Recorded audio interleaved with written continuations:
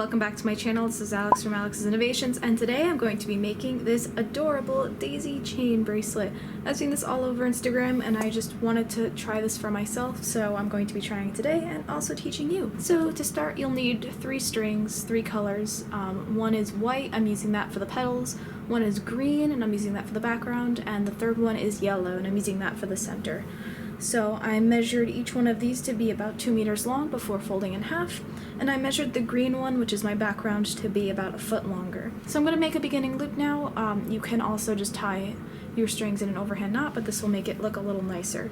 So I'm going to pin the strings halfway, and then I'm going to take the green string, where is it? There it is. And I'm going to do a backward-forward knot over the other 2 strings.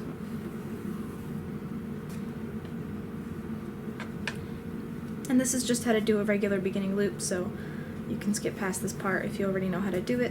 But just continue to make backward-forward knots for about 1 inch, so maybe a little less than that. Some people make them less. So you can have enough of a loop to kind of fold over and make into a loop. Alright, and after you're done with your beginning loop, you can kind of fold it over like this and put that part underneath your clipboard. This is where the ties are going to go at the end. Alright, once you're done with that, then isolate the 2 white strings and then bring those to the center. And then with the left white string, do a double forward knot over the right white string.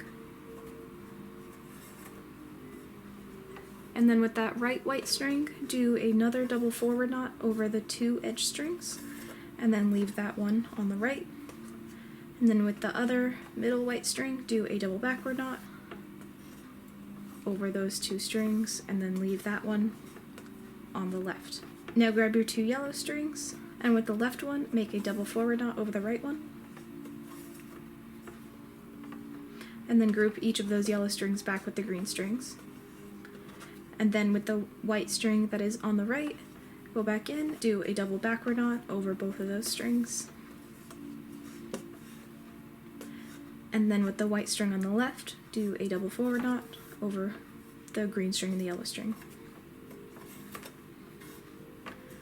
And then finally, once they're in the center again, with the left white string, do a double forward knot over the other white string. Alright, so that's your flower. That's pretty much it. So that's the first part, and then the next is just going to be making the chains down. So let's start on the right side. So on the right, take the green thread, and just like the beginning loop in the beginning, we're going to be doing forward-backward knots over the other 2 strings. So do that as long as you want. I'll probably make mine maybe 1/2 inch, although I haven't made this bracelet before, so I don't know if 1/2 inch is going to be too long or too short.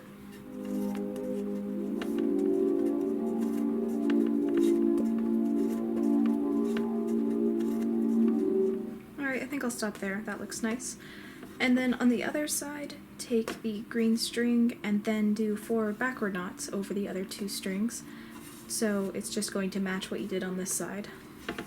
And then do that for the same length.